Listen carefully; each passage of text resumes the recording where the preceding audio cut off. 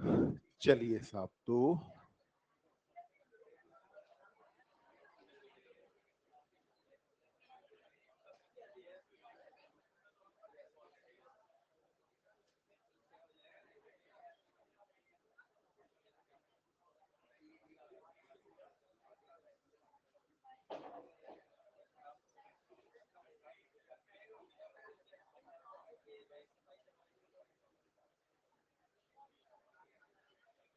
चलो।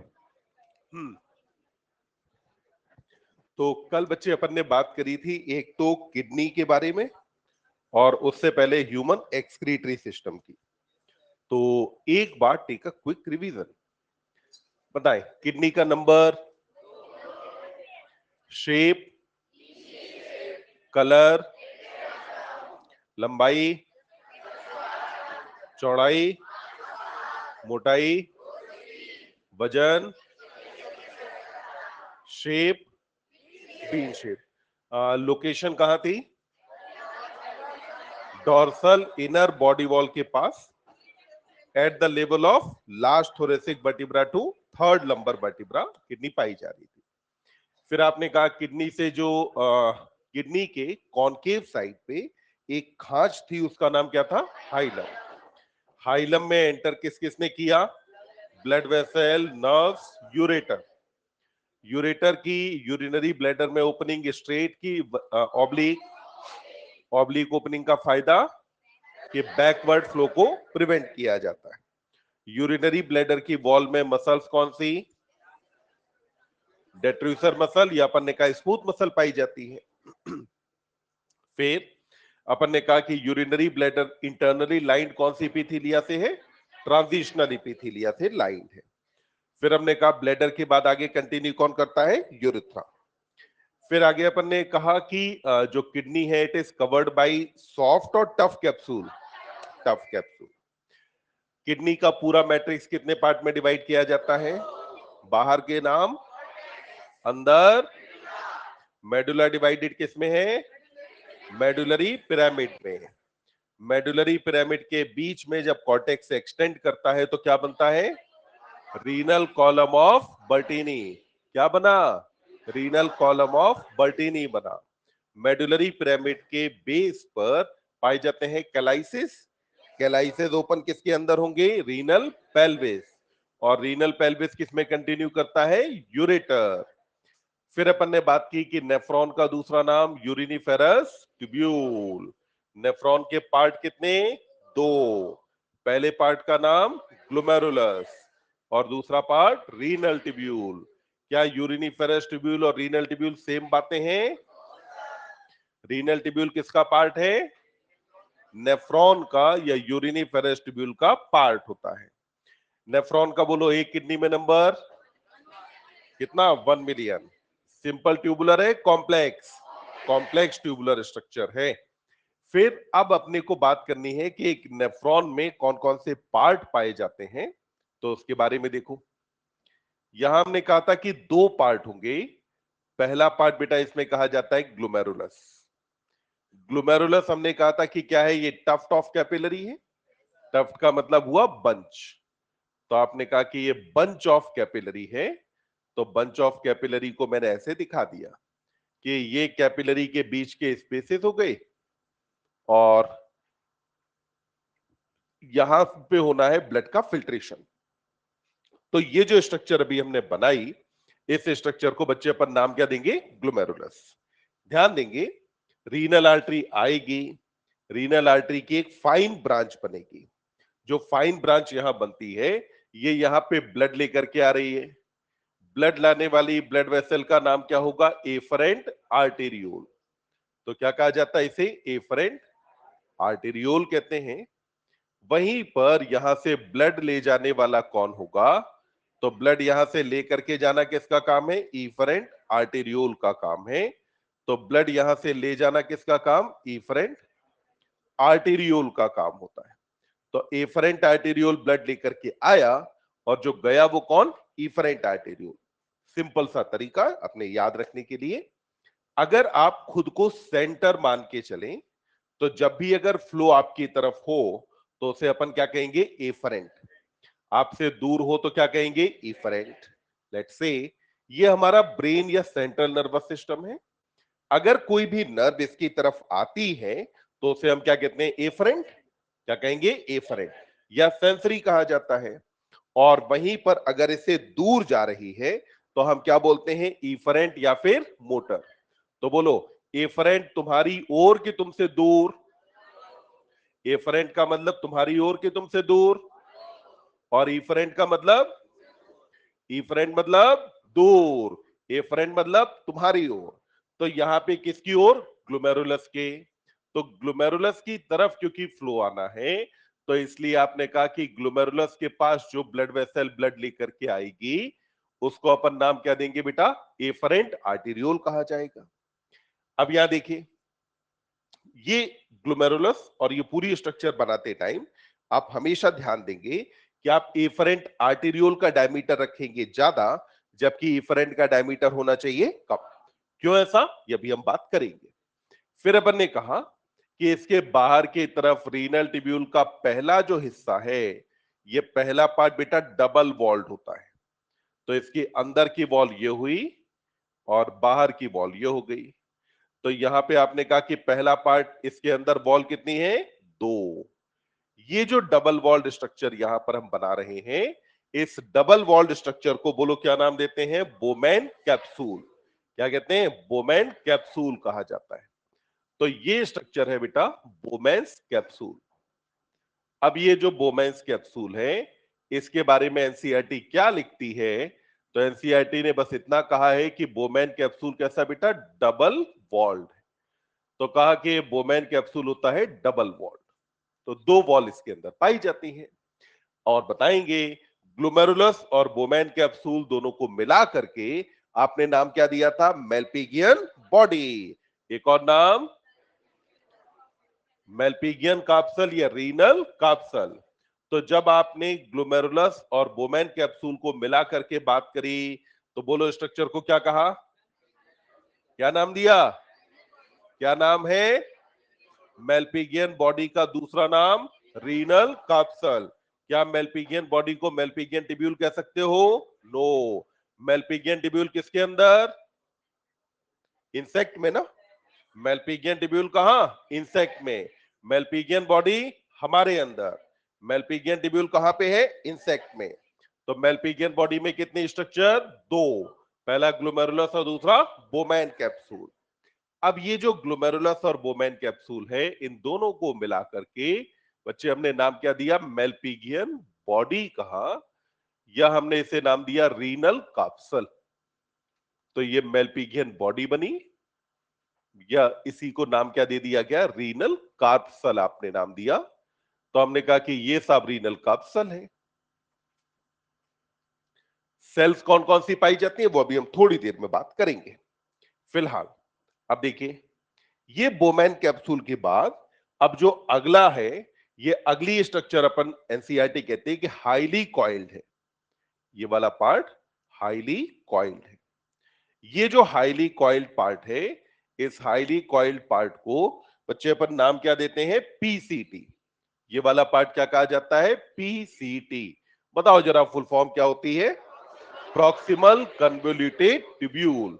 पीसीटी का पूरा नाम प्रॉक्सिमल कन्वोल्यूटेड ट्यूब्यूल। प्रॉक्सिमल मतलब पास की दूर? पास।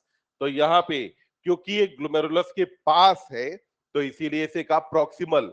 क्योंकि ये कॉइल्ड है, मुड़ी हुई है, इसीलिए क्या बोलते हैं? कन्वोल्यूटेड। तो क्या नाम दिया? प्रॉक्सिमल कन्वोल्यूटेड ट्यूब्यूल कहा गया। और ये जो पीसीटी है, ये अब क्या करती है कि नीचे की तरफ आएगी और एक हेयर पिन शेप्ड लूप बनाती है। जो लूप बना रही है उसका शेप कैसा? Hairpin shape. Hairpin का मतलब हुआ जो यू शेप्ड हेयर पिन आती है। आपने अपने घर में जो है मदर को, अपनी सिस्टर को, या गर्ल्स ने अपने खुद के केस में, आपने जैसे जब बालों को जूड़ा बनाते हैं तो एक हेयर पिन लगाते हैं यू शेप की, तो वैसे ही यू शेप्ड हेयर पिन होती है। ठीक।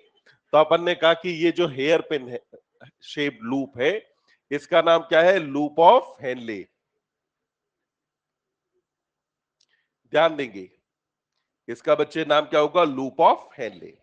लूप ऑफ हेनले में दो लिम्स होती हैं, एक जो कि फिल्ट्रेट को लेकर के जा रही है नीचे और दूसरी जो कि फिल्ट्रेट को लेकर के आती है ऊपर। तो आपने यहां पे कहा कि इसमें लिम्स कितने हो गए? दो। इसमें भी ध्यान देंगे, ये जो लिम्ब है क्योंकि इसके अंदर फिल्ट्रेट जाता है नीचे, इसलिए इसको बोलो क्या कहें, असेंडिंग की डिसेंडिंग? डिसेंडिंग मतलब नीचे की तरफ की ऊपर, तो इसका नाम क्या हुआ? Descending limb. फिर आपने कहा कि यहां पर ये दूसरी जो हम लिम्ब बना रहे हैं, इसका नाम क्या होगा बेटा? Ascending limb. क्यों असेंडिंग कहा गया? क्योंकि यहां पे कहा जा रहा है फिल्ट्रेट ऊपर की तरफ, तो फिल्ट्रेट को अगर ले जाए ऊपर तो इसका नाम क्या होगा? असेंडिंग। अगर लाए नीचे तो क्या कहेंगे? डिसेंडिंग। तो ये आपने कहा कि फिल्ट्रेट कहां गया? ऊपर। ऊपर की तरफ जा रहा है इसलिए इसका नाम क्या होगा? Ascending limb. तो अब आपने कहा कि ये जो पहला पार्ट था, इस वाले पार्ट का नाम क्या था बेटा? प्रॉक्सिमल कन्वोल्यूटेड ट्यूब्यूल नाम था ना।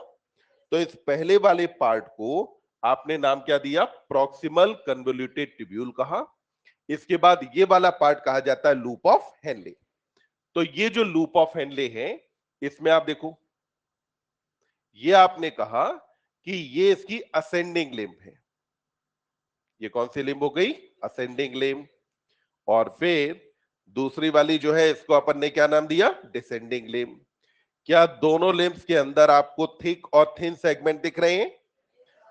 क्या दोनों लिम्ब्स में थिक और थिन सेगमेंट की लंबाई बराबर है? नो। ध्यान रखना, असेंडिंग लिम्ब में जो थिन सेगमेंट है काफी छोटा होता है और थिक सेगमेंट की लंबाई यहां पे कंपेटिबली ज्यादा होती है। तो अपन ने कहा कि ये कौन हुआ? Ascending limb. अब जो असेंडिंग लिम्ब है वो अगले पार्ट के अंदर कंटिन्यू करती है, जिसे हम नाम क्या देते हैं? डीसीटी। तो ये वाला जो पार्ट है, इसको आपने क्या कहा? डीसीटी। बोलो पूरा नाम क्या है? Distal convoluted tubule. क्या नाम डिजिटल है? नहीं, नाम क्या है? डिस्टल। तो डिस्टल क्यों कहा? क्योंकि कहां है? दूर। देखो, ये पूरा रीनल काप्सल के पास ये वाली ट्यूब्यूल और दूर ये वाली, दोनों ट्यूब्यूल कैसी हैं? कॉइल्ड हैं। दोनों ट्यूब्यूल कैसी? कॉइल्ड है। पर यहां पर ये वाली ट्यूब्यूल क्योंकि पास में है, तो इसलिए आपने कहा प्रॉक्सिमल, और ये वाली दूर है इसलिए क्या नाम दिया? डिस्टल। अब यहां डीसीटी के बाद नेफ्रॉन का अगला हिस्सा आता है, जिस हिस्से को अपन नाम दे रहे होंगे यहां पर, क्या नाम देंगे? अब कलेक्टिंग डक्ट। देखिए, कलेक्टिंग डक्ट को बच्चे मैंने अलग कलर से ड्रॉ किया, इसलिए क्योंकि क्या कलेक्टिंग डक्ट किसी नेफ्रॉन का पार्ट है? नहीं, कलेक्टिंग डक्ट किसी नेफ्रॉन का पार्ट नहीं होता। अब समझना, ये क्या है? आपके घर की नाली है, ठीक? ये जाकर के आपके घर के बाहर गली में जो सीवर सिस्टम या नाली है उसके अंदर जाके ओपन हो गई। तो क्या ये वाली नाली आपके घर का हिस्सा है? नहीं। आपका घर तो यहां तक है ना।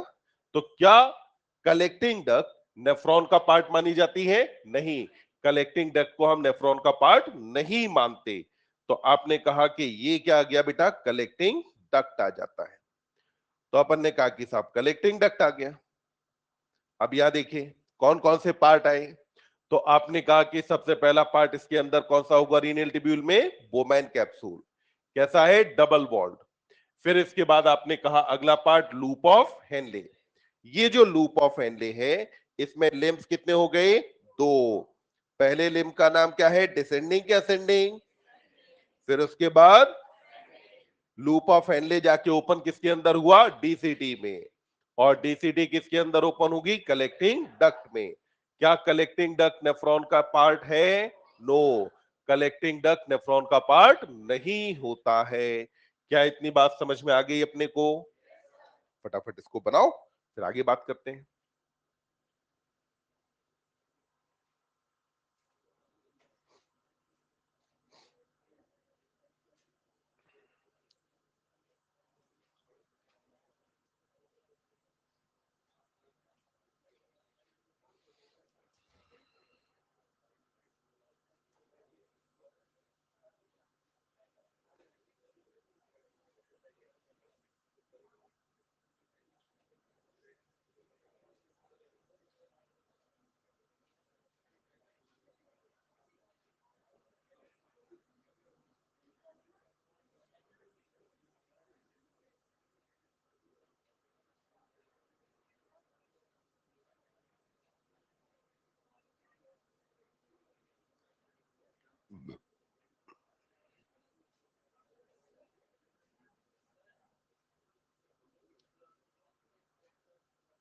टफ्ट का मतलब क्या था बेटा? बंच।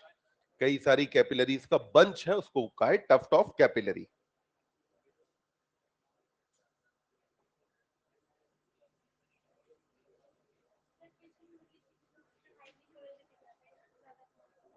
दोनों कॉइलिंग में दोनों बराबर है।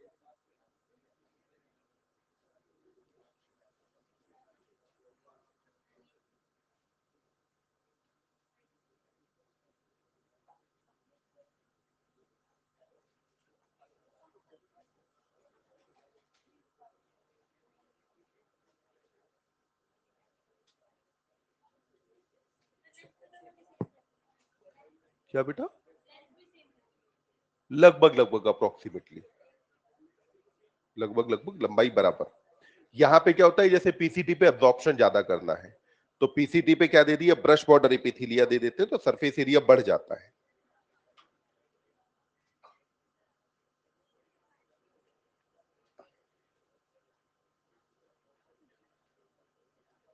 आगे बढ़े।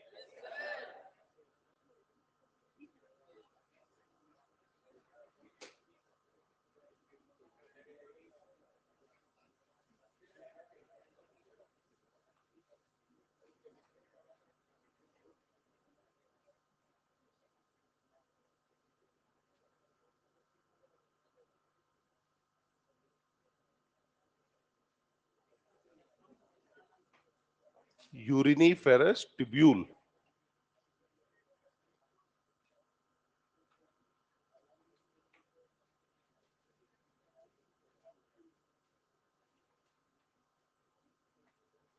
आगे बढ़ा जाए। अब जरा फिर ध्यान देंगे। देखो, अभी क्या हुआ कि जो रीनल आर्टरी आई, ठीक, रीनल आर्टरी की एक ब्रांच बनी जिसका नाम है एफरेंट आर्टेरियोल। इसने एक कैपिलरी बनाई। कैपिलरी बनाने के बाद जो ब्लड वेसल बाहर जा रही है वो कौन है? Efferent arteriole. यहां पे अगर आप ध्यान दें तो जो ग्लोमेरुलस बना है, यहां पे ब्लड का फिल्ट्रेशन होना है। या क्या होना बेटा? ब्लड का फिल्ट्रेशन।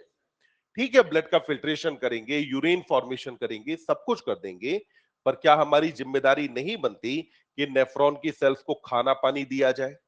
मिलना चाहिए ना। यहां पे जो ब्लड का फिल्ट्रेशन हो रहा है, यहां से तो पूरे नेफ्रॉन को खाना पानी मिलेगा नहीं। अब नेफ्रॉन को क्योंकि फूड चाहिए होगा, इसकी सेल्स को ऑक्सीजन चाहिए, तो फूड और ऑक्सीजन सप्लाई कहां से होगी? तो उसके लिए ध्यान देंगे।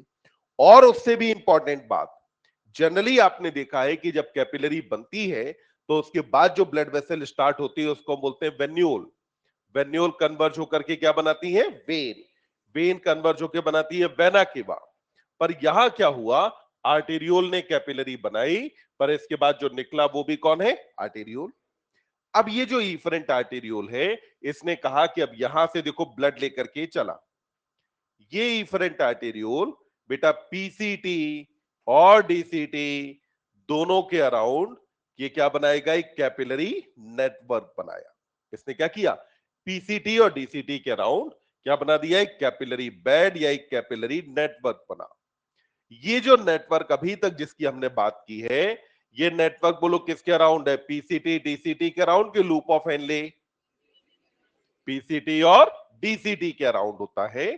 तो ये नेटवर्क जो कि पीसीटी और डीसीटी के अराउंड है, क्या मैं इसे पेरी ट्यूबुलर कैपिलरी कह सकता हूं? क्या हुआ? इफरेंट आर्टेरियोल जब यहां से निकलेगा तो फिर वापस से कैपिलरी बनेगी, और अब जो कैपिलरी यहां बनी है, इस कैपिलरी को नाम दिया जाता है पेरी ट्यूबुलर कैपिलरी। पेरी मतलब क्या हुआ? अराउंड। किसके अराउंड है? ट्यूब्यूल के। तो इसलिए आपने क्या नाम दिया है? Peritubular capillary. तो इसको अपन ने क्या कहा बेटा? पेरी ट्यूबुलर कैपिलरी कहा। पेरी ट्यूबुलर कैपिलरी बोलो कौन बनाता है? इफरेंट आर्टेरियोल की इफरेंट। इफरेंट आर्टेरियोल अब बनाएगा पेरीट्यूबुलर कैपिलरी। पेरीट्यूबुलर कैपिलरी यहां पे क्या करेगी? फूड और ऑक्सीजन सप्लाई कर देगी। जब फूड और ऑक्सीजन की सप्लाई हो गई, तो अब उसके बाद अब यहां से डीऑक्सी ब्लड को बाहर भी लेकर के जाना है। जब डीऑक्सी ब्लड को बाहर ले जाना है, तो यहां से देखो अब ये कैपिलरी ने कंबाइन किया, और कंबाइन करने से बनी अब वेन्यूल। क्या बन गई बेटा? वेन्यूल बनी। और ये जो वेन्यूल है, ये आगे जाकर के ओपन किसके अंदर होने वाली है, तो ये आगे जाकर के ओपन हो जाएगी रीनल वेन में। फाइनली ओपन कहां पर होगी, रीनल वेन के अंदर। तो हमने कहा कि फाइनली जाकर के ओपन कहां हो जाएगा, रीनल वेन में। तो ये आपने कहा कि ये जाकर के ओपन हुआ रीनल वेन में, यानी कि अभी तक अगर मैं देखूं कि किडनी में ब्लड का फ्लो कैसे हुआ, तो आपने कहा कि सबसे पहले कौन आया बेटा, डोर्सल एओर्टा। डोर्सल एओर्टा ने, बोलो, ब्लड किसको दिया था, रीनल रीनल आर्टरी। ये जो रीनल आर्टरी है, इस रीनल आर्टरी के एक फाइन ब्रांच, फाइन का मतलब यहां पे क्या हुआ, पतला, तो रीनल आर्टरी के एक फाइन ब्रांच है जिसको क्या नाम दिया गया, एफरेंट आर्टेरियोल। ये जो एफरेंट आर्टेरियोल है, इसने अब बनाया एक टफ्ट ऑफ कैपिलरी। इस टफ्ट ऑफ कैपिलरी का नाम क्या हुआ, ग्लोमेरुलस। ग्लोमेरुलस से ब्लड लेकर के कौन निकला, इफरेंट आर्टेरियोल यहां से ब्लड लेकर के निकला। तो ग्लोमेरुलस से ब्लड लेकर के कौन गया बेटा, इफरेंट आर्टेरियोल। ये जो इफरेंट आर्टेरियोल है, ये आगे चल करके क्या बना देता है, पेरीट्यूबुलर कैपिलरी। तो इसने क्या बनाया, पेरीट्यूबुलर कैपिलरी। शॉर्ट में आप इसे पीटीसी कह सकते हैं। तो क्या बन गया, पेरीट्यूबुलर कैपिलरी बनी। और ये जो पेरीट्यूबुलर कैपिलरी है, ये आगे चल करके क्या बनाएगी बेटा, रीनल वेन्यूल, और फाइनली क्या बन जाएगा, रीनल वेन। ये जाके ओपन होगी रीनल वेन में। मतलब इस पूरी कहानी में कैपिलरी बेड कितनी जगह बना, तो दो जगह, पहला तो ग्लोमेरुलस और दूसरा पेरीट्यूबुलर कैपिलरी। कैपिलरी कितनी जगह बनी, दो, पहला बना ग्लोमेरुलस, दूसरा पेरीट्यूबुलर कैपिलरी। बोलो, ग्लोमेरुलस का काम क्या है, नेफ्रॉन को ऑक्सीजन प्रोवाइड करना कि ब्लड का फिल्ट्रेशन, और पेरीट्यूबुलर कैपिलरी का काम ऑक्सीजन प्रोवाइड करना। पेरीट्यूबुलर कैपिलरी का काम क्या है, ऑक्सीजन प्रोवाइड करता। अब देखेंगे, ये बेटा किडनी का कॉर्टेक्स है, यानी कि रीनल कैप्सूल हो गया। रीनल कैप्सूल के अंदर की तरफ आपने कहा कि ये है मेडुलरी पिरामिड। तो मेडुलरी पिरामिड ये हुआ। अब यहां पे एक्चुअली किडनी में जो नेफ्रॉन पाए जाते हैं वो दो तरह के हैं। कितनी तरह के नेफ्रॉन पाए जाएंगे, दो। अब ये दो तरह के नेफ्रॉन जो हैं, इनमें से देखिए, पहला जो नेफ्रॉन है, इसका बोमैन कैप्सूल ये है, पीसीटी ये है, ये इसका लूप ऑफ एनले है, ये इसका डीसीटी है, और ये यहां जाकर के ओपन हो गया कलेक्टिंग डक्ट में। दूसरा नेफ्रॉन है, जिस नेफ्रॉन के केस में बोमैन कैप्सूल ये हुआ, पीसीटी ये है, ये इसका लूप ऑफ हेनले है, और फिर ये इसका डीसीटी, और ये भी जाकर के ओपन कहां पर हुआ, तो अपन ने कहा कि ये जाकर के ओपन हो गया कलेक्टिंग डक्ट में। यानी कि दोनों के लिए कलेक्टिंग डक्ट अलग अलग की सेम, सेम कलेक्टिंग डक्ट में दोनों जाकर के ओपन होते हैं। अब यहां पे क्या हुआ, पहले वाले के केस में जो पेरीट्यूबुलर कैपिलरी है, ये बेटा कुछ ऐसे होती है। ये पेरीट्यूबुलर कैपिलरी है।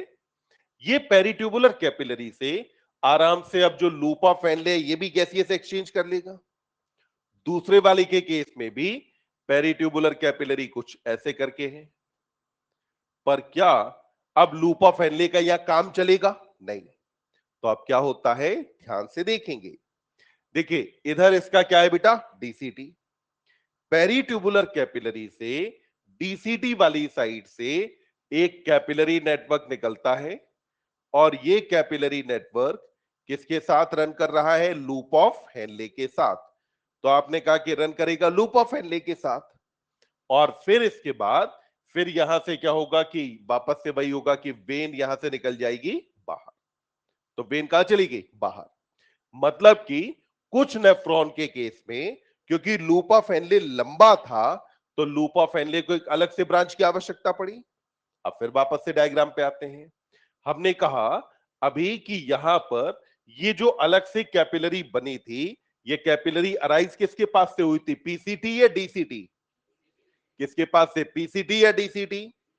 फिर से डायग्राम देखिए, डायग्राम क्या कहता है, अराइज कहां से हुआ, पीसीटी या फिर डीसीटी। अराइज किसके पास से? डीसीटी। तो आपने कहा कि ये जो डीसीटी है इसके पास से देखो एक और कैपिलरी नेटवर्क ये निकला जो किसके अराउंड है? लूप ऑफ हेनले के अराउंड। ये जो लूप ऑफ हेनले के अराउंड कैपिलरी है, क्या ये पेरिट्यूबुलर कैपिलरी की ब्रांच है? क्या ये पेरिट्यूबुलर कैपिलरी की ब्रांच हुई? यस, पेरिट्यूबुलर कैपिलरी की ब्रांच है। और ये जो पेरिट्यूबुलर कैपिलरी की ब्रांच है इसको बेटा नाम मिलता है वासा रेक्टा। क्या बोलते हैं इसे? वासा रेक्टा कहा जाता है। तो ये पेरिट्यूबुलर कैपिलरी की ब्रांच है which is named as vasa recta. ध्यान देंगे वासा रेक्टा में अब बेटा ब्लड का फ्लो अगर देखें तो वासा रेक्टा में ब्लड इधर की तरफ फ्लो कर रहा है। एरो पे ध्यान देंगे, बोलो यहां पे जो ब्लड का फ्लो हो रहा है और जो फिल्ट्रेट का फ्लो होगा it is in same direction और अपोजिट? इसका डायरेक्शन क्या है? अपोजिट। इसीलिए मैंने कहा था कि जो ब्रांच निकालेंगे वो किसके पास से होनी चाहिए? डीसीटी, पीसीटी के पास से नहीं, फिर आप काउंटर करंट को फेल करा देंगे।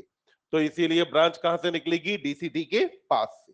अब इधर क्या किया इसने? लूप ऑफ हेनले को भी सप्लाई कर दिया।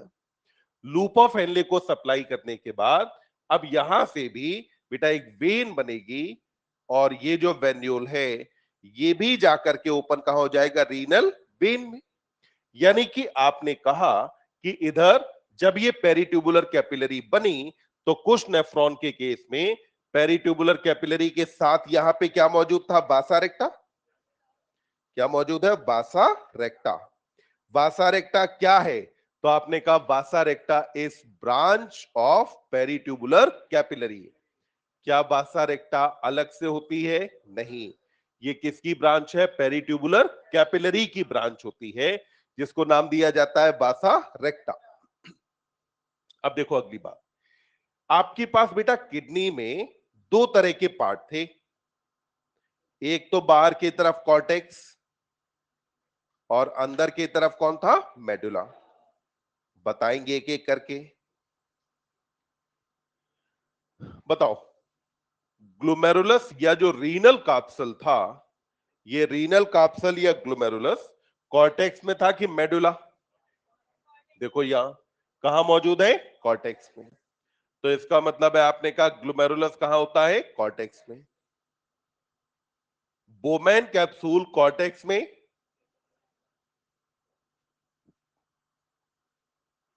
PCT, DCT, loop of Henley, medulla में। ठीक। अब यहां देखिए पेरिट्यूबुलर कैपिलरी अगर आप देखें तो पेरिट्यूबुलर कैपिलरी का कुछ पार्ट कॉर्टेक्स में है और कुछ पार्ट कहां है? मेडुला में। तो क्या पेरिट्यूबुलर कैपिलरी केवल कॉर्टेक्स के अंदर पाई जाती है? नहीं, पेरिट्यूबुलर कैपिलरी कहां रहेगी? कॉर्टेक्स और मेडुला दोनों में।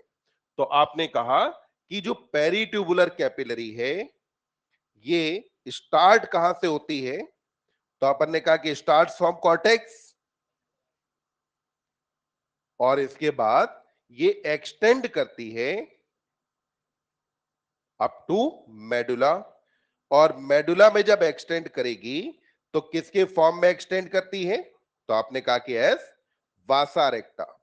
तो वासा रेक्टा के फॉर्म में इसने बेटा एक्सटेंड कहां तक किया? तो अपन ने कहा कि ये एक्सटेंड करेगी मेडुला तक। इतनी बात पहले समझ में आई? अब एक बार परीक्षण कर लेते हैं समझ में आई आपके कि नहीं। देखो मेरे पास एक ब्लड वेसल है बेटा, रीनल आर्टरी। ठीक। दूसरी ब्लड वेसल है रीनल वेन। कितनी ब्लड वेसल ली मैंने? दो, रीनल आर्टरी और रीनल वेन।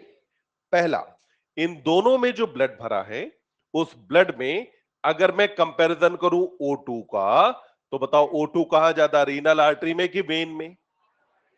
क्या सब लोग इस बात से सहमत हैं? आर्टरी के अंदर ज्यादा, वेन के अंदर कम। फिर आप देखेंगे CO2 कहां ज्यादा होगी? CO2 कहां ज्यादा? वेन में। आर्टरी के अंदर कम। अब मुझे बताओ यूरिया कहां ज्यादा यानी नाइट्रोजनस वेस्ट? आर्टरी में कि वेन में? आर्टरी के अंदर ज्यादा। वेन के अंदर कम। हमने क्या कहा था, लीस्ट अमाउंट ऑफ यूरिया किसके पास है, रीनल वेन के पास, तो यूरिया के लेवल में अंतर आएगा। यूरिया के बाद अब एक आता है ट्रिकी क्वेश्चन कि अगर मैं बात करूं ग्लूकोज की, तो बताओ दोनों जगह पे ग्लूकोज बराबर होगा कि कम ज्यादा? ग्लूकोज का लेवल सेम रहने वाला है, ये चेंज होगा? बताओ कहां ज्यादा होगा, आर्टरी में कि वेन में? क्यों ज्यादा होगा? क्योंकि किडनी को भी तो खाना चाहिए ना। किडनी के लिए ब्लड लेकर के कौन जा रहा था, रीनल आर्टरी। अब किडनी को जितना खाना लगेगा, किडनी ने उतना खाना इसमें से निकाल लिया, यानी ग्लूकोज। अगर ग्लूकोज निकाल लिया तो इसका मतलब हुआ कि ग्लूकोज का लेवल आर्टरी के अंदर होगा ज्यादा, जबकि वेन के अंदर कंपैरेटिवली कम। तो क्या हमें रीनल आर्टरी और रीनल वेन दोनों में इतने डिफरेंसेस समझ में आ जाते हैं कि इनमें अंतर कहां है? अब इसमें से फटाफट जो चीजें ऐड करनी है ऐड करें, फिर हम बात करते हैं टाइप ऑफ नेफ्रॉन के बारे में। साथ में जितनी देर बैठे खाली, उतनी देर एनसीईआरटी पढ़ने की कोशिश करो, कुछ क्वेश्चन लगाने की कोशिश करो।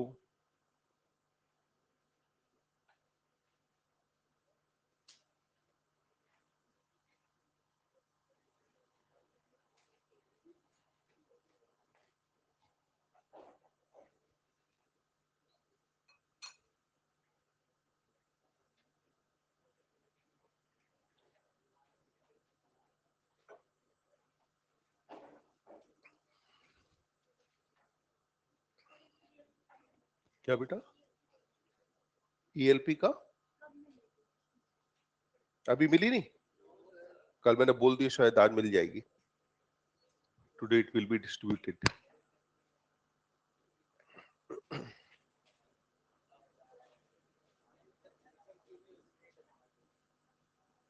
बिल्कुल साहब।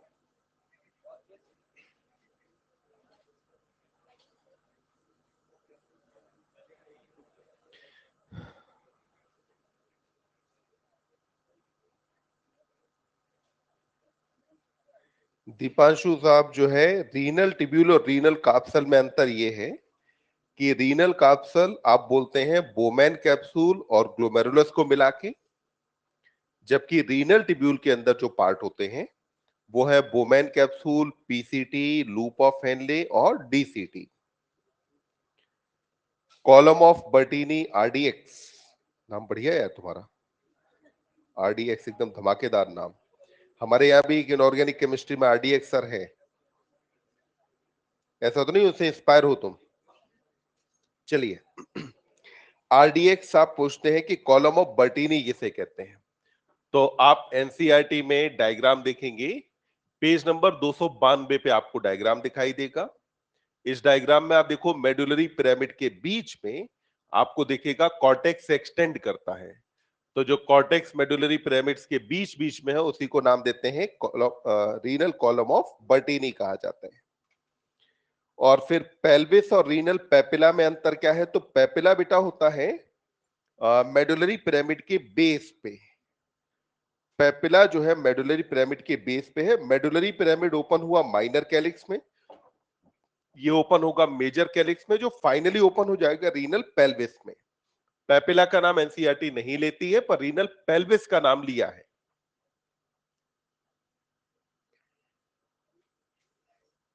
लिख गया? फटाफट इसमें से जो कुछ लिखना हो इसे लिखो। क्या बेटा, कैसे? मतलब मैं नहीं समझ पा रहा, पूछना क्या? ये वाला, ये डायग्राम अभी अपन वापस से समझेंगे। नेफ्रॉन दो टाइप के होते हैं, इसलिए हमने दो अलग अलग तरीके के नेफ्रॉन बनाए हैं। जो अभी अपन बात करेंगे तब डिफरेंस अपने आप समझ में आ जाएगा।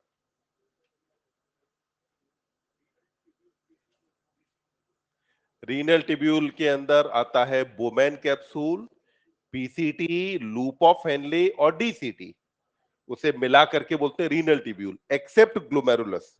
ग्लोमेरुलस रीनल टिब्यूल का पार्ट नहीं है। नहीं, कलेक्टिंग डक्ट रीनल टिब्यूल का पार्ट नहीं होता। कलेक्टिंग डक्ट हमने कहा कि ये किसी भी नेफ्रॉन का हिस्सा नहीं है।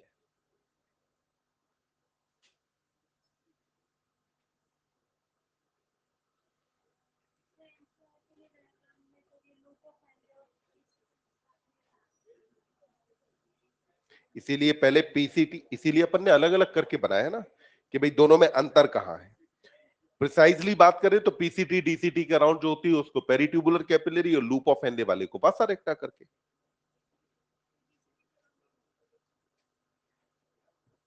लगभग कैपिलरी वह बना दिए कि आसपास डिफ्यूजन होके मटेरियल चला जाएगा।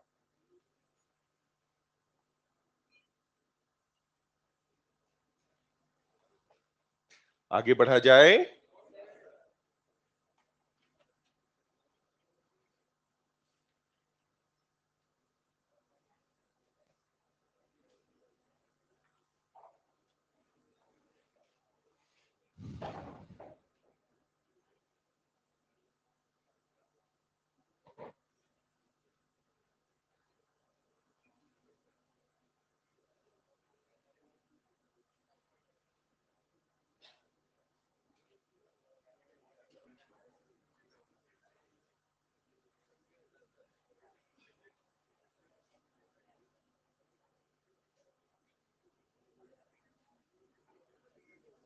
आगे बढ़े।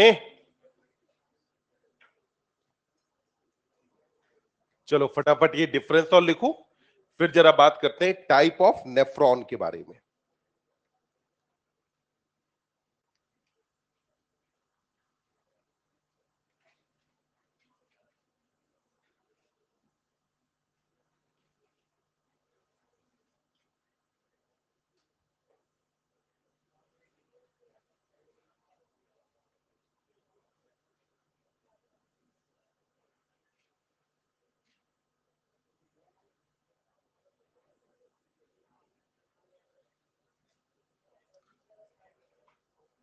एक मिनट बेटा।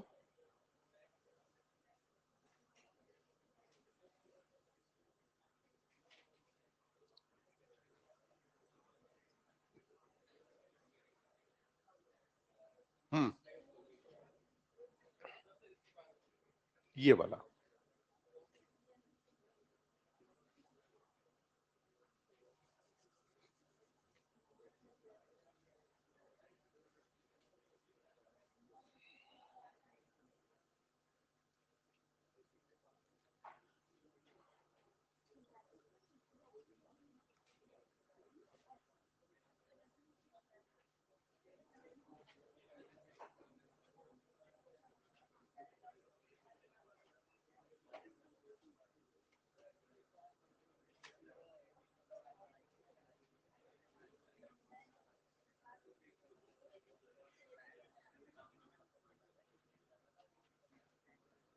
आगे बढ़े। चलो अब फिर से थोड़ी देर वार्तालाप पे विराम, और फिर से अब जरा देंगे ध्यान। देखो यहां पे अपने को बात करनी है बेटा टाइप ऑफ नेफ्रॉन के बारे में। अगर आप देखें तो हमारे पास जो नेफ्रॉन है ये बेसिकली दो टाइप के होते हैं। ठीक, कौन कौन से टाइप के नेफ्रॉन होते हैं? तो पहला अगर आप देखें इस वाले नेफ्रॉन पे जरा बेटा ध्यान देना। देखो इसका बोमैन कैप्सूल, पीसीटी और डीसीटी कॉर्टेक्स में अंदर की तरफ है कि बाहर? किधर है? बाहर। तो एकदम बाहर की तरफ है। और इसका जो लूप ऑफ हेनले है ये कंपैटिबली क्या है? छोटा। वहीं पर दूसरा जो है इसके केस में आप देखो बोमैन कैप्सूल, पीसीटी और डीसीटी कहां है? कॉर्टेक्स में कि मेडुला में? कॉर्टेक्स में है कि मेडुला? कॉर्टेक्स के अंदर। पर कॉर्टेक्स में बाहर की तरफ है या मेडुला के पास? मेडुला के पास। इसका जो लूप ऑफ हेनले कंपैटिबली लंबा है। लूप ऑफ हेनले कंपैटिबली लंबा है। तो ये जो दो नेफ्रॉन हैं इनमें से पहले वाला जो नेफ्रॉन है इसको बेटा अपन बोलते हैं कॉर्टिकल। इसे क्या कहा जाता है? Cortical nephron. तो पहले वाला जो नेफ्रॉन है उसको आपने नाम दिया कॉर्टिकल। क्या आपको कॉर्टिकल शब्द में कॉर्टेक्स दिखाई दे रहा है? तो that's why it is called as cortical. और दूसरा जो नेफ्रॉन है इसको नाम दिया आपने जक्स्टा मेडुलरी। तो दूसरे नेफ्रॉन का नाम क्या होगा? जक्स्टा मेडुलरी नेफ्रॉन कहा जाएगा। तो second one is called as juxta medullary nephron. तो बोलो हमारे पास सारे नेफ्रॉन एक जैसे होते हैं क्या? तो नेफ्रॉन कितनी तरह के हैं? पहले का नाम कॉर्टिकल, दूसरा जक्स्टा मेडुलरी। जो कॉर्टिकल नेफ्रॉन है ये टोटल नेफ्रॉन का 85% है, जबकि जक्स्टा मेडुलरी होते हैं 15%। यानी कि 10 लाख में से 8,50,000 ये हैं और 1.5 लाख ये हैं। तो 10 लाख में से 8,50,000 कौन हुए? 1.5 लाख। जब भी अगर कोई स्टेटमेंट आपसे कहेगा इन मेजॉरिटी ऑफ नेफ्रॉन, तो वो स्टेटमेंट किसकी बात कर रहा है? कॉर्टिकल की जक्स्टा मेडुलरी? अगर कहा सम ऑफ नेफ्रॉन तो किसकी बात हो रही है? सम ऑफ नेफ्रॉन किसके लिए? मोस्ट ऑफ या मेजॉरिटी किसके लिए? मेजॉरिटी किसके लिए? कॉर्टिकल। और सम जब कहा जाएगा तो जक्स्टा मेडुलरी के लिए। कॉर्टिकल में आपने कहा कि इनका जो बोमैन कैप्सूल है,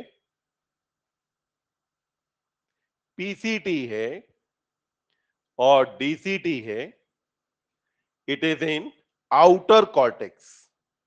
ये कहा है? आउटर कॉर्टेक्स में। यानी कि आपने कहा कि रीनल कैप्सूल के पास। जबकि यहां देखिए, जो जक्स्टा शब्द है इसका मतलब होता है पास या अपोजिट। जक्स्टा का मतलब क्या है? पास या फिर अपोजिट। जैसे अगर मैं तुम्हारे रेफरेंस में बात करूं तो तुम्हारी जो डेस्क है, ये डेस्क तुम्हारे रेफरेंस में क्या कही जाएगी? जक्स्टा। या तो तुम्हारे रेफरेंस से अगर बात की जाए तो डेस्क अपोजिट साइड पे है, यानी कि तुम इधर हो डेस्क इधर है। या फिर ऐसे कहा जा सकता है कि तुम डेस्क के कहां पे हो? एकदम पास में। तो इसके लिए वर्ड अपन यूज क्या करते हैं? जक्स्टा। तो यहां पे जक्स्टा मेडुलरी में आपने कहा कि यहां पर जो बोमेंस कैप्सूल है, पीसीटी है, डीसीटी है, इट इज है कहां? कॉर्टेक्स में कि मेडुला में? कॉर्टेक्स में। या अपन कहें कि कॉर्टेक्स में है बट नियर मेडुलरी पिरामिड। तो किसके पास होता है? मेडुलरी पिरामिड के पास। तो दोनों के अंदर क्या किसी में ऐसा होता है कि बोमैन कैप्सूल, पीसीटी और डीसीटी मेडुला में हो? नेवर। ये हमेशा कहां मौजूद होगा? कॉर्टेक्स में। ये हमेशा कहां है? कॉर्टेक्स के अंदर। अब देखिए कॉर्टिकल में इसका लूप ऑफ हेनले क्या रहेगा? शॉर्ट। तो आपने कहा कि लूप ऑफ हेनले क्या है? शॉर्ट है। वहीं पर इसके मामले में आपने कहा कि लूप ऑफ हेनले कैसा है? लंबा है। तो आपने कहा कि loop of Henle is quite long. तो ये लॉन्ग है और it dip deep into medulla. तो ये मेडुला में काफी अंदर तक जाता है। तो ये मेडुला में क्या जा रहा है बेटा? काफी अंदर तक जाता है। तो हमने कहा कि लूप ऑफ हेनले इनका लॉन्ग होगा और ये मेडुला में काफी ज्यादा अंदर तक जाता है जब आप बात करते हैं जक्स्टा मेडुलरी नेफ्रॉन के बारे में। यहां देखें, इसके केस में पेरिट्यूबुलर कैपिलरी प्रेजेंट बट वासा रेक्टा हम क्या कहेंगे कि इसके केस में रिड्यूस्ड या फिर एब्सेंट। क्यों जरूरत नहीं पड़ी वासा रेक्टा की? क्योंकि जो पेरिट्यूबुलर कैपिलरी है यहीं से डिफ्यूजन के थ्रू लूप ऑफ हेनले को ज्यादातर चीजें मिल गई, तो इसलिए आवश्यकता नहीं पड़ी। जबकि यहां पर आपने कहा कि इसमें पेरिट्यूबुलर कैपिलरी और vasa recta both are present. Rather यहां पेरिट्यूबुलर कैपिलरी कम डेवलप्ड होती है, वासा रेक्टा ज्यादा डेवलप्ड है। अपने को दिख रहा है ना? देखो पीसीटी डीसीटी छोटे से हैं, लूप ऑफ हेनले ज्यादा लंबा है।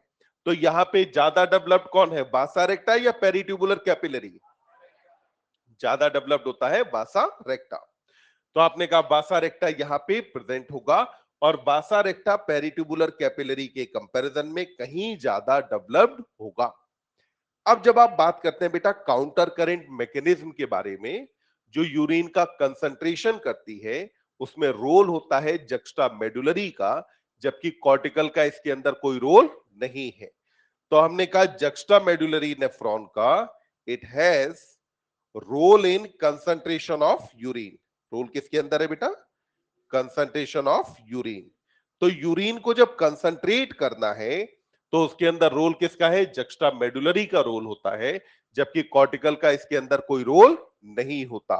तो नेफ्रॉन हमारे पास कितने टाइप के हो गए? दो। पहले टाइप का नाम कॉर्टिकल, दूसरा जक्स्टा मेडुलरी। कॉर्टिकल की परसेंटेज बोलो, जक्स्टा मेडुलरी की कॉर्टिकल कितने परसेंट, जक्स्टा मेडुलरी।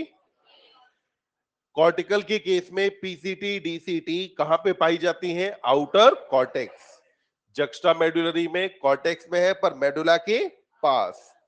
फिर आपने कहा कि कॉर्टिकल में लूप ऑफ हेनले और जक्स्टा मेडुलरी में लॉन्ग होगा। कॉर्टिकल के केस में पेरिट्यूबुलर कैपिलरी होगी या नहीं, बासा रेक्टा नहीं होती है। बासा रेक्टा अगर होगी भी तो बहुत छोटी या फिर एब्सेंट। फिर आपने कहा कि वही जक्स्टा मेडुलरी में पेरिट्यूबुलर कैपिलरी और बासा रेक्टा दोनों हैं। ज्यादा डेवलप्ड कौन होता है, बासा रेक्टा ज्यादा डेवलप्ड है in comparison to peritubular capillary. और इसका रोल है कंसंट्रेशन ऑफ यूरिन में। फटाफट ये चीजें लिखें फिर आगे बढ़ते हैं।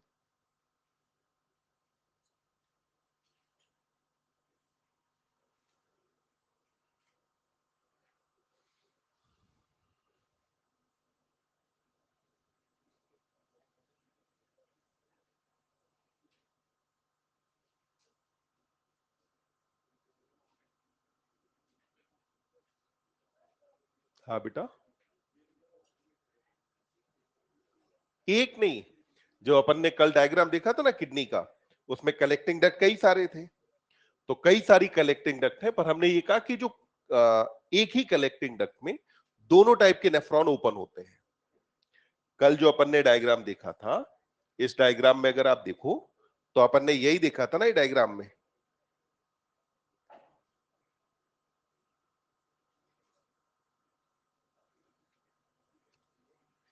यहां हमने देखा था कि ये जो डायग्राम है इसमें कई सारी कलेक्टिंग डक्ट दिखाई है। तो कलेक्टिंग डक्ट कई सारी होंगी। यहां पे आप कहना बस इतना चाहते हैं कि हमारे पास जो नेफ्रॉन है वो दो तरह के हैं। पहला नेफ्रॉन है जिसके केस में बोमेन कैप्सूल ये है, पीसीटी ये, लूप ऑफ हेनले ये, डीसीटी ये, और ये भी फाइनली जाकर के ओपन किसके अंदर होने वाला है, इसी में। वहीं पर आपने कहा कि दूसरा हमारे पास जो नेफ्रॉन है उसमें बोमेन कैप्सूल ये, पीसीटी ये इसका लूप ऑफ हेनले थोड़ा सा ज्यादा लंबा हो गया, तो ये इसका लूप ऑफ हेनले, और ये आकर के ओपन कहां हो जाएगा, इसी कलेक्टिंग डक्ट में। यानी कि सेम कलेक्टिंग डक्ट के अंदर दोनों ओपन हो रहे हैं।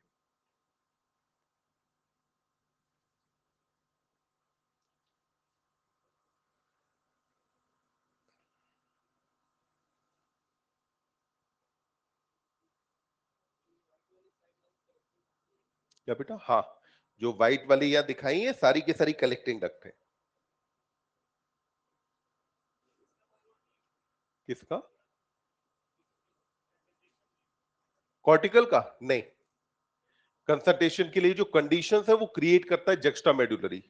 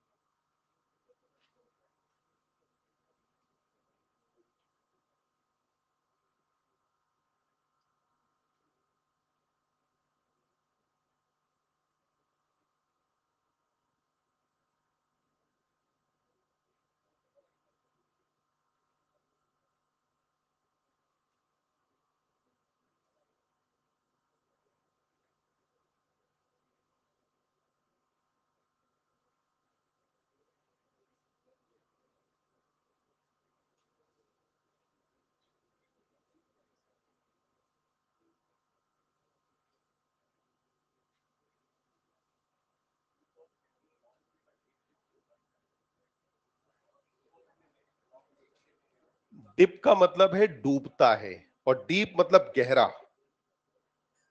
Dip deep into medulla.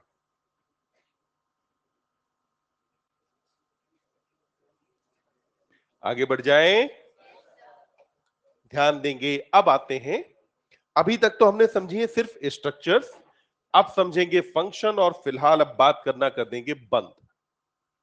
तो देखिए, अब बेटा अपने को बात करनी about physiology of urine formation, कि यूरिन फॉर्मेशन होता कैसे है।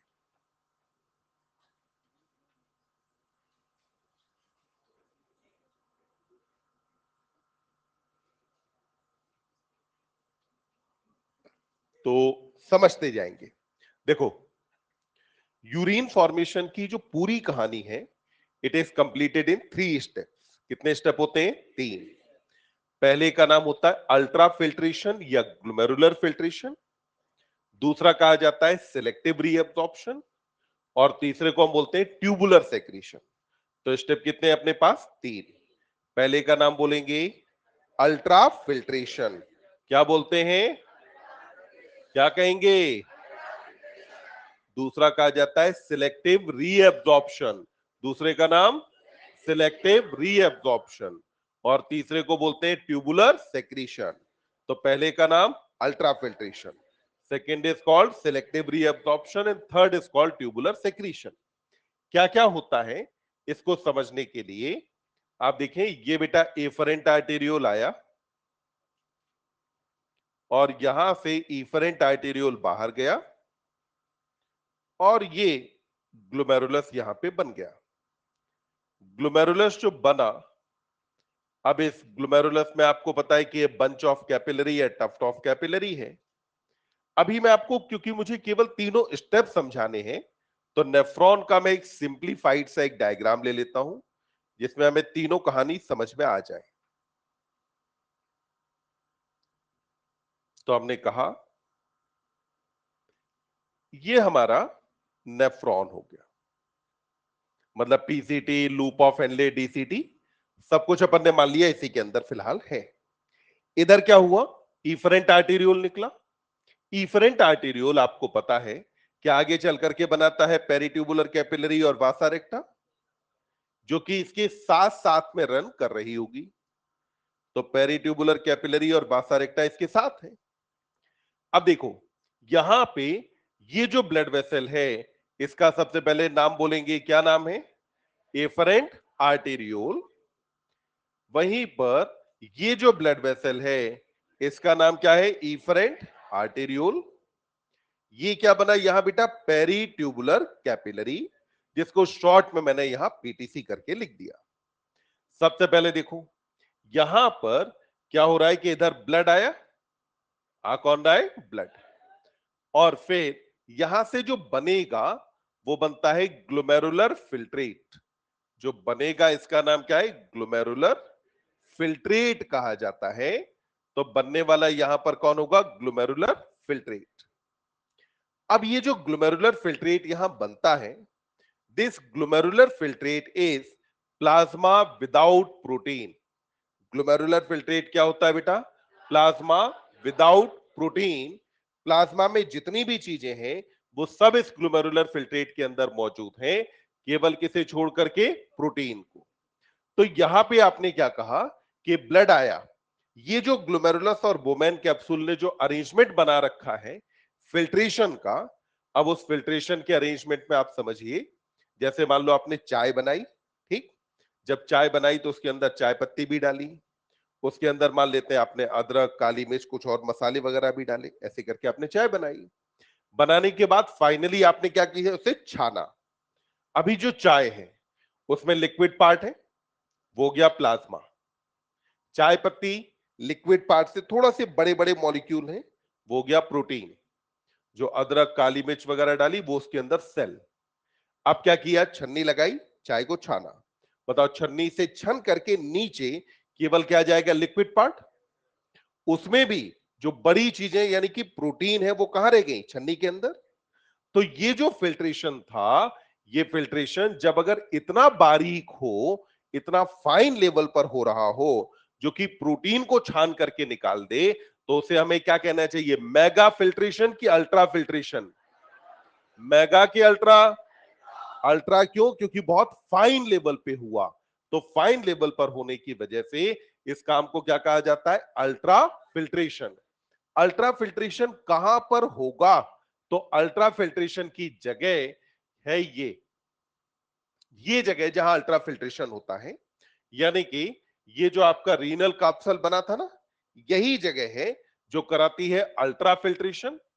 क्योंकि अल्ट्रा फिल्ट्रेशन ग्लोमेरुलस के लेवल पर होता है, तो इसीलिए अल्ट्रा फिल्ट्रेशन को हम एक और नाम दे देते हैं, ग्लोमेरुलर फिल्ट्रेशन। क्या कह दिया जाता है? ग्लोमेरुलर फिल्ट्रेशन कहते हैं। तो हमने कहा कि ultra filtration is called as glomerular filtration. ये जो अल्ट्रा फिल्ट्रेशन या ग्लोमेरुलर फिल्ट्रेशन है, ये हुआ बेटा स्टेप नंबर 1। अब ध्यान से सुनेंगे। आगे आपने कहा कि ब्लड में से यहां पे क्या आ जाता है? प्लाज्मा विदाउट प्रोटीन आया। अगर ये प्लाज्मा विदाउट प्रोटीन है, तो क्या प्लाज्मा में सब कुछ खराब चीजें होती हैं? प्लाज्मा में हमारे मतलब की चीज है कि नहीं? अगर हमने इसमें से मतलब की चीज नहीं निकाली, तो ये सब का सब कहां चला जाएगा? यूरिन में। बताओ अपने को फायदा हुआ कि नुकसान? तो उसे क्या करें? वापस से लाएं। उसे वापस से लाना है। लाना कहां है? ब्लड में। वापस से कहां लेके आएंगे? ब्लड में।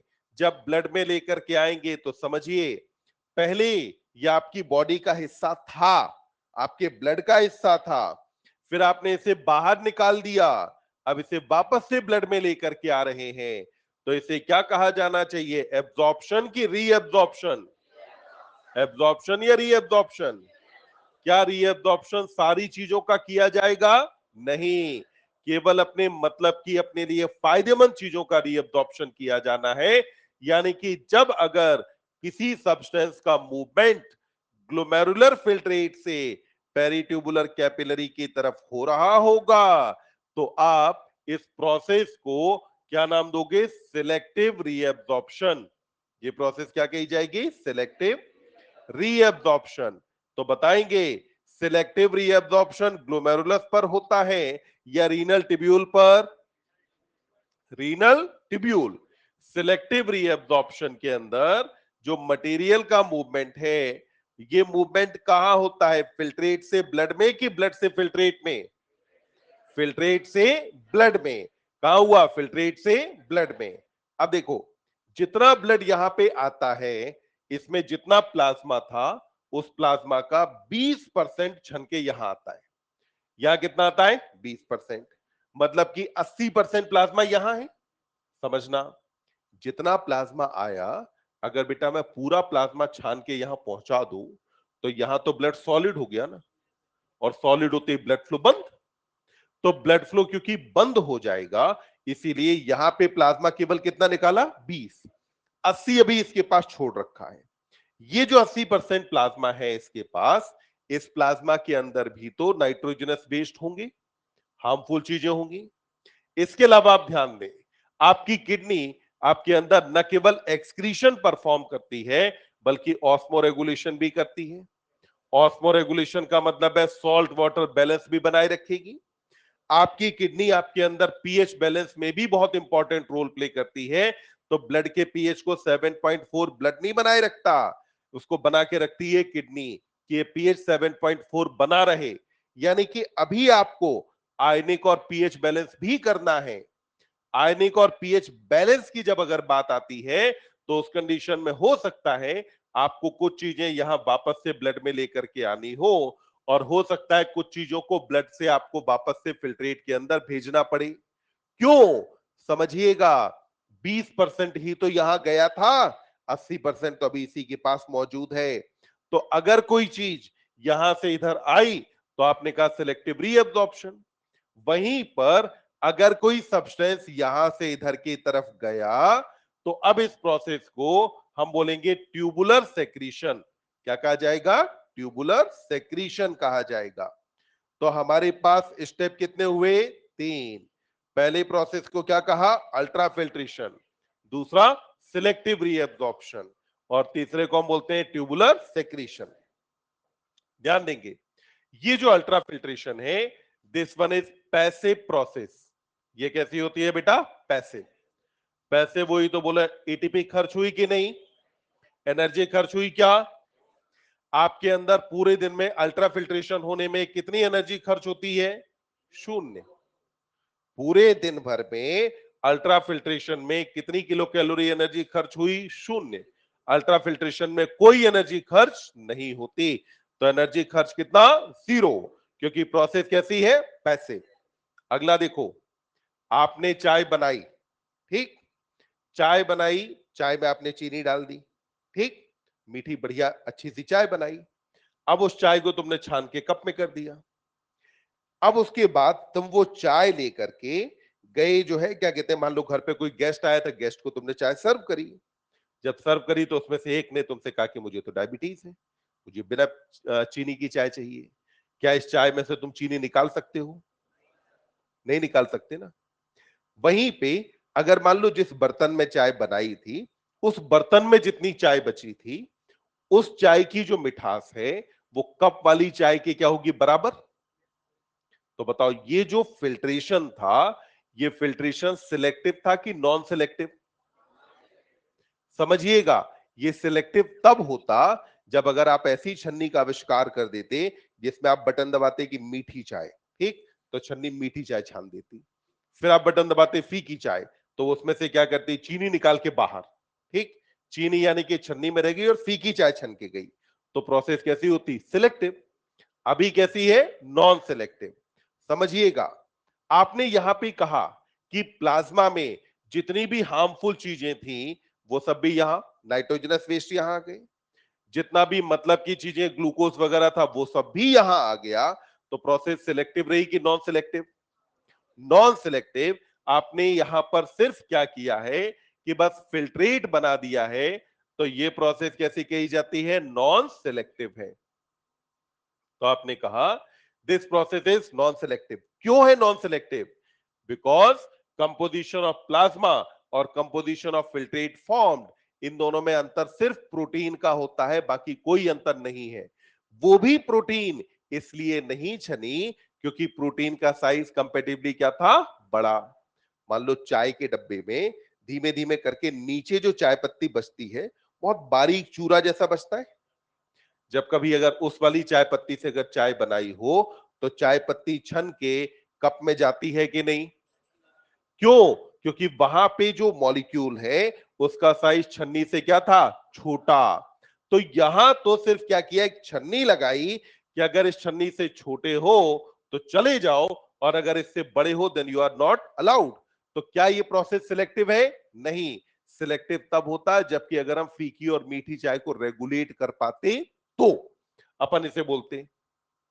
अब देखिए, आपने कहा कि सिलेक्टिव रीअब्सॉर्प्शन और ट्यूबुलर सेक्रीशन। अब इसके बारे में समझिए। यहां पे क्या फिल्ट्रेट में जितनी चीजें हैं, सारी चीजों को समान रूप से बॉडी में लेकर के आ जाते हैं? नहीं। हार्मफुल चीजें यहां छोड़ देते हैं और फायदे की चीजें यहां लेकर के आ जाते हैं। वहीं ट्यूबुलर सेक्रीशन में क्या प्लाज्मा में जितनी चीजें हैं वो सबके सब आप पहुंचा देंगे? नहीं।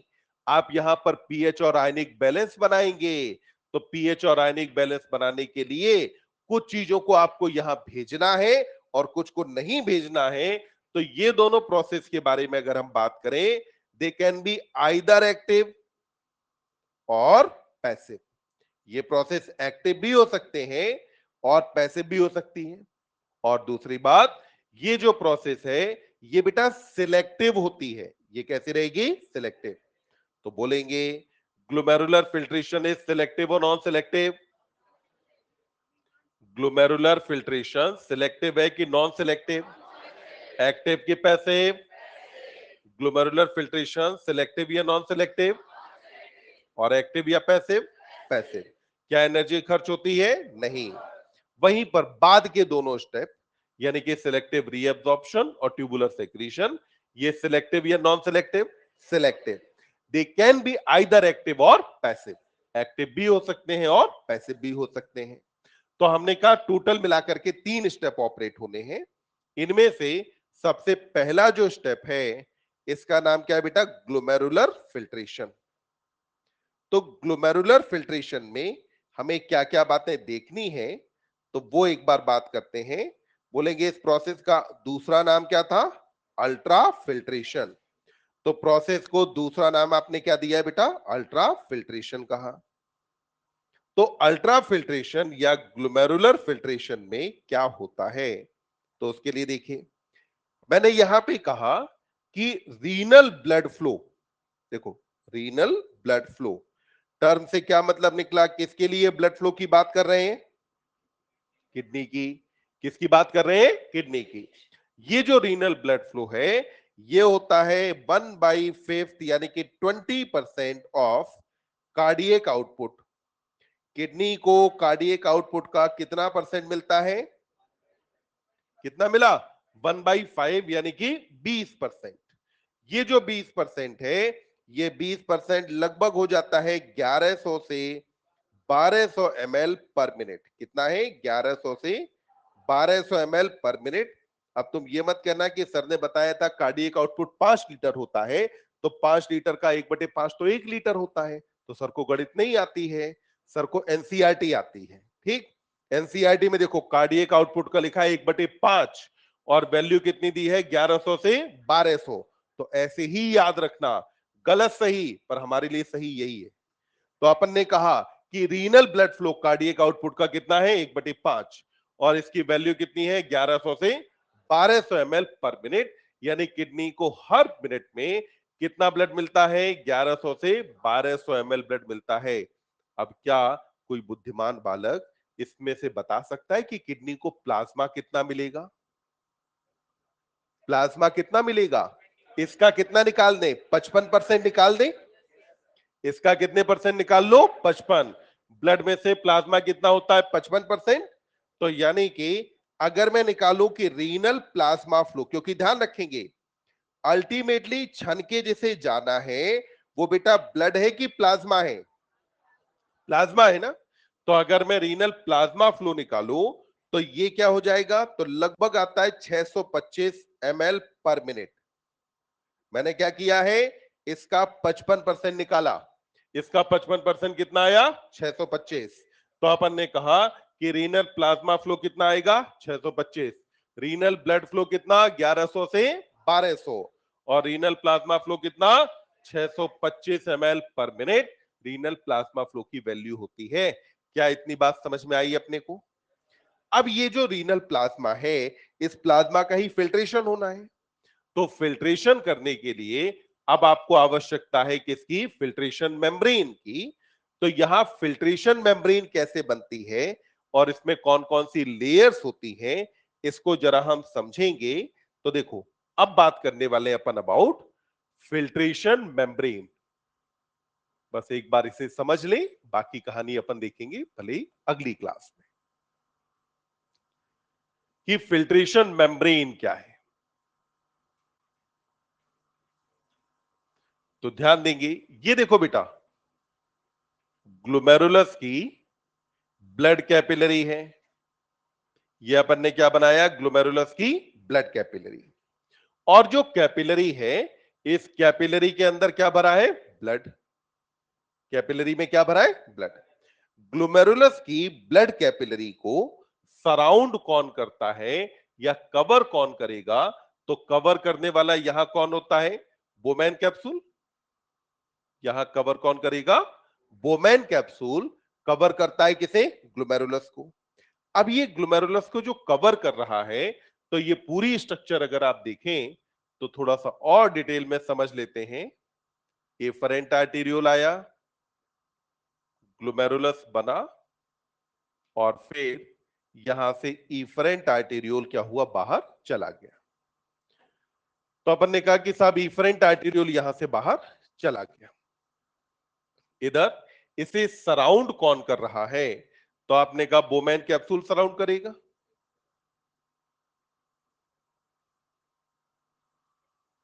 और बोमैन कैप्सूल होता है डबल वॉल्ड, यानी कि इसमें कितनी लेयर पाई जाती हैं? 2।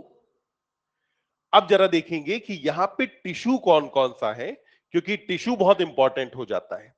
पेज नंबर 100 पे आ जाए, बल्कि 101 पे देखो, सिंपल स्क्वामस एपिथेलिया है। क्या वहां पे लिखा है कि सिंपल स्क्वामस एपिथेलिया जो है वॉल ऑफ ब्लड वेसल में पाई जाती है? यानी कि अब समझेंगे, यहां पर ये जो है ग्लोमेरुलस जो है, ये बेटा कौन से टिश्यू से बना होगा? तो आपने कहा कि ग्लोमेरुलस बना है सिंपल स्क्वेमस इपिथीलिया से। किससे बना होगा बेटा? सिंपल स्क्वेमस इपिथीलिया से बना होगा। पेज नंबर 102 पर आप देखेंगे सेल जंक्शन वाला पार्ट। पेज नंबर 102 पे नीचे सेल जंक्शन दिया है, वहां पढ़ें, as the cells of epithelial tissue are tightly packed. मिला? सेल्स ऑफ एपिथेलियल टिश्यू क्या है? टाइटली पैक्ड है, लिविंग लिटिल इंटरसेलुलर स्पेसेस। मिला? यानी कि एपिथेलियल टिश्यू की जो सेल्स हैं ये पास पास में है। अगर पास पास में है तो इंटरसेलुलर स्पेसेस क्या होंगे इनके बीच में? कम के ज्यादा? कम रहेंगे ना। तो इंटरसेलुलर स्पेसेस क्या है? कम। अब इंटरसेलुलर स्पेस के कम होने का मतलब आप समझें, ये बेटा ग्लोमेरुलस की कैपिलरी है। कैपिलरी में आपने कहा सिंपल स्क्वामस एपिथेलिया जो होगी, इस सिंपल स्क्वामस एपिथेलिया के बीच बीच में आपको यहां पर कुछ स्पेसेस भी दिखाई देंगे। तो सिंपल स्क्वामस एपिथेलिया में बीच में आपको जो स्पेस दिखेंगे, ये बेटा कंपैरेटिवली बड़े रहेंगे कि छोटे? तो ये स्पेस कैसे हैं? छोटे हैं।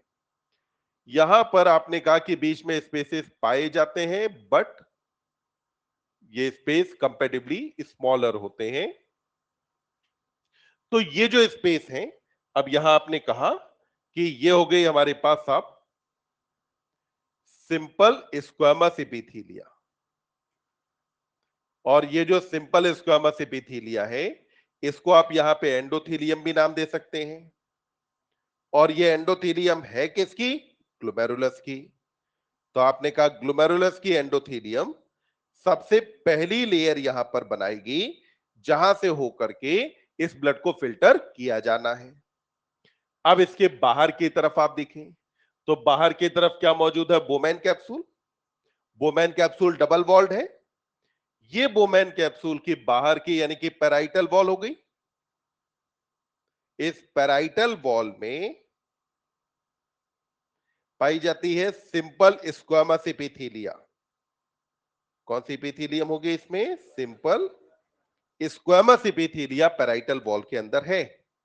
वहीं पर ये जो अंदर वाली वॉल है, इसका नाम है विसरल वॉल। तो इसको आपने क्या कहा? Visceral wall. और यहां पर पाई तो सिंपल स्क्वामस एपिथेलिया ही जाती है, पर ये सिंपल स्क्वामस एपिथेलिया मॉडिफाई होती है, और ये मॉडिफाई होकर के बनाती है पोडोसाइट। कौन सी सेल बनी? पोडोसाइट। एनसीईआरटी में करो अंडरलाइन पोडोसाइट को। पोडोसाइट कहां पाई जाती है? तो ये बोमैन कैप्सूल में है कि ग्लोमेरुलस? पोडोसाइट कहां? बोमैन कैप्सूल की ग्लोमेरुलस? बोमैन कैप्सूल की वॉल में क्या पाई जाती है? पोडोसाइट। ये जो पोडोसाइट है, इसके नाम को पढ़ो। पहला वर्ड पोडो और दूसरा साइट। पोडा मतलब फुट, साइट मतलब सेल। ये जो पोडोसाइट है, ये कुछ ऐसी होती है। ये सिंपल स्क्वामस एपिथेलिया, पर इसमें क्या रहेगा? ऐसे कई सारे फुट लाइक प्रोसेसेस पाए जा रहे होंगे। तो फुट लाइक प्रोसेसेस यहां मौजूद होने की वजह से आपने इस सेल को क्या नाम दिया है? पोडोसाइट कहा। सेल को क्या कहा गया? पोडोसाइट अपन ने नाम दे दिया। अब ये जो पोडोसाइट सेल है, ये इसे कैसे कवर करती है उसके बारे में अब देखेंगे। तो देखो पोडोसाइट कैसे कवर करने वाली है।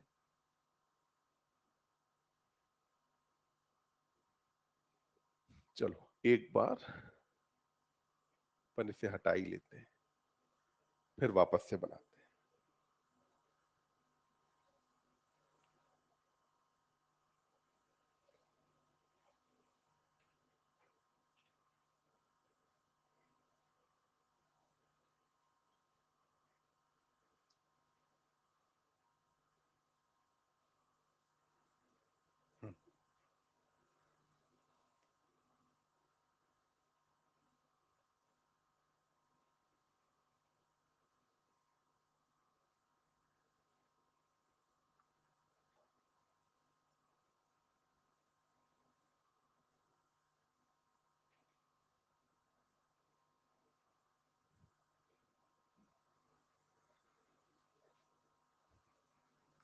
देखो बेटा, वापस से एक बार देखते हैं। ये अपन ने कहा कि ये हो गई सिंपल स्क्वेमस एपिथेलिया, जो कहां पाई जा रही थी, तो ये ग्लोमेरुलस के अंदर पाई जाती है।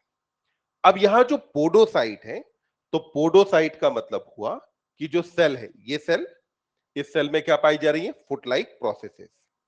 ये फुट लाइक प्रोसेसेस क्या करने वाली है, ग्लोमेरुलस को सराउंड करने वाली है, ग्लोमेरुलस को कवर करने वाली है। कैसे कवर करेंगी, तरीका आप देखेंगे। यहां पर एक पोडोसाइट बेटा ये है, दूसरी पोडोसाइट ये है, और ये एक दूसरे के साथ बहुत क्लोजली चिपकी होती है। तीसरी पोडोसाइट ये हुई। इधर नीचे की तरफ एक पोडोसाइट यहां है, एक और यहां है, एक पोडोसाइट ये है। इस वाली पोडोसाइट से ये निकले इसके फिंगर लाइक प्रोजेक्शन, यानी कि फुट लाइक प्रोसेसेस इसकी निकली, जो आपको यहां दिख रही है। ये इसकी फुट लाइक प्रोसेसेस हुई,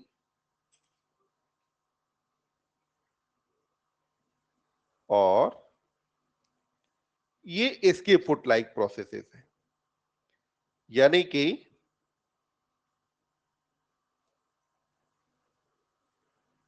आपने कहा कि एक सेल की ये हुई, और दूसरे सेल का देखो,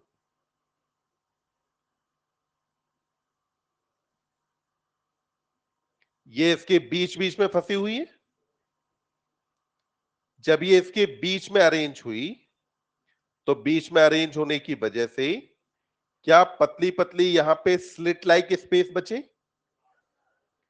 ये जो स्लिट लाइक स्पेस बचे, इन्हीं को हम बोलते हैं फिल्ट्रेशन स्लिट। इन्हीं का नाम क्या होगा, फिल्ट्रेशन स्लिट कहा जाता है। तो ये आपने कहा कि ये हो जाएंगे फिल्ट्रेशन स्लिट। और इसे एक बार अपन और अच्छे से समझ लेंगे, कहानी क्या है। देखिए, अपन अभी फिलहाल समझने के लिए हमारे पास डस्टर है क्या, नहीं। चलो देखो, इसको ऐसे समझते हैं। ये ध्यान देना, ये बेटा ग्लोमेरुलस है, ठीक। ग्लोमेरुलस की कैपिलरी है। ये जो कैपिलरी है, इसकी वॉल में जो एपिथेलियम है, कौन सी है, सिंपल स्क्वेमस। सेल्स के बीच बीच में स्पेसेस हैं। स्पेसेस से अंदर का जो प्लाज्मा है, वो फिल्टर होके बाहर आने वाला है। पर ये स्पेसेस अभी भी कंपेटिबली बड़े हैं, मतलब इतने छोटे नहीं हैं कि प्रोटीन को छान पाए। तो प्रोटीन को हमें छानना है। एक पोडोसाइट ये आई, ये पोडोसाइट आकर के इसके राउंड लिपट गई, ठीक, इसके फुट लाइक प्रोसेसेस। दूसरी पोडोसाइट ये पोडोसाइट इसके राउंड आकर के रैप करती है। जब ये दोनों पोडोसाइट इसके राउंड रैप करेंगी, तो इनके रैप करने पर क्या आपको मेरी फिंगर्स के बीच में पतली पतली स्लिट दिख रही है, पतली पतली स्लिट दिखी ना। ये जो स्लिट यहां पे बनी, इसी को अपन नाम क्या देते हैं बेटा, फिल्ट्रेशन स्लिट। क्या कहा जाता है, फिल्ट्रेशन स्लिट, या स्लिट पोर कहते हैं। तो बताओ, फिल्ट्रेशन स्लिट क्या ग्लोमेरुलस ने बनाई, हाँ कि नहीं। फिल्ट्रेशन स्लिट किसने बनाई, पोडोसाइट ने। पोडोसाइट एक दूसरे के साथ इंट्रिकेट मैनर में अरेंज होते हैं। ढूंढिए एनसीईआरटी में वर्ड इंट्रिकेट। पोडोसाइट एक दूसरे के साथ किसमें अरेंज है, इंट्रिकेट मैनर। इंट्रिकेट मैनर का मतलब होता है पास पास या घना। तो एक दूसरे के एकदम पास अरेंज है। एक दूसरे के पास अरेंज होने की वजह से अब इनके बीच में क्या हो रहा है कि पतली पतली यहां स्लिट बची। जो स्लिट बची, इन्हीं का नाम क्या है, स्लिट पोर कहा जाता है। तो आपने कहा कि यहां पर अब जो दूसरी लेयर है, ये आपको यहां पर दिखाई दिया कि ये हो गई बेटा पोडोसाइट ऑफ बोमैन कैप्सूल। ये क्या है, बोमैन कैप्सूल की पोडोसाइट है।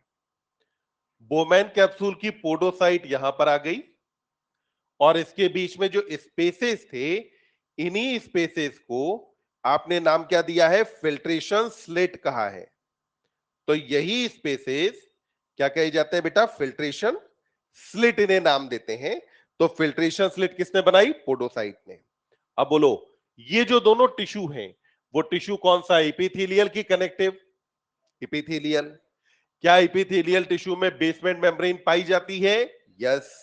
तो दोनों के बीच में बेसमेंट मेम्ब्रेन भी होनी चाहिए। अब देखिए यहां पर इन दोनों के बीच में क्या अब आपको बेसमेंट मेम्ब्रेन दिख रही है? यहां इनके बीच में क्या मौजूद होगी बेटा? Basement membrane. तो आपने कहा कि यहां पर इनके बीच में क्या मौजूद है? बेसमेंट मेम्ब्रेन पाई जाती है। तो कुल मिलाकर के फिल्ट्रेशन मेम्ब्रेन में लेयर आपके पास कितनी बनी? बोलो 3।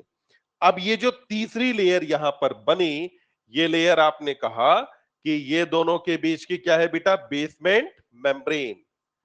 तो ये दोनों के बीच में क्या हुई? बेसमेंट मेम्ब्रेन है। अब ध्यान देना, जो बोमैन कैप्सूल की इनर वॉल तो ये हो गई, जो आउटर वॉल है, आउटर वॉल की सेल तो ये है ना, आउटर वॉल की सेल है ये। यहां पर अगर आप देखो तो ब्लड कहां भरा है? तो ब्लड यहां है कि नहीं बेटा? है। अब इस ब्लड को फिल्टर हो करके जाना कहां है? यहां पे। जब ये ब्लड फिल्टर होगा तो बोलिए सबसे पहले किसे पार करेगा? Endothelium of glomerulus. फिर पार किसे करेगा? Basement membrane. फिर पार किसे करेगा? पोडोसाइट। पोडोसाइट के बीच में क्या है? Filtration slate. तो कुल मिलाकर के यहां पर ये जो आपका कुल मिला के यहां जो आपकी फिल्ट्रेशन मेम्ब्रेन बनी, इस फिल्ट्रेशन मेम्ब्रेन में लेयर कितनी हुई? 3। फिल्ट्रेशन मेम्ब्रेन में कितनी लेयर होती है? 3। पहली लेयर कौन सी रहेगी? ग्लोमेरुलस की एंडोथेलियम या सिंपल स्क्वामस एपिथेलिया। दूसरी लेयर कौन हुई? Basement membrane. और तीसरा आपने कहा कि यहां पर पोडोसाइट पाई जाती है। तो कुल मिलाकर के लेयर कितनी हो गई? 3 लेयर यहां होती है। तो इतनी बात समझ में आ गई अपने को? फटाफट इसमें से जितनी चीजें लिखनी हो उसे लिखो और फिर बाकी अपन बात करते हैं कल।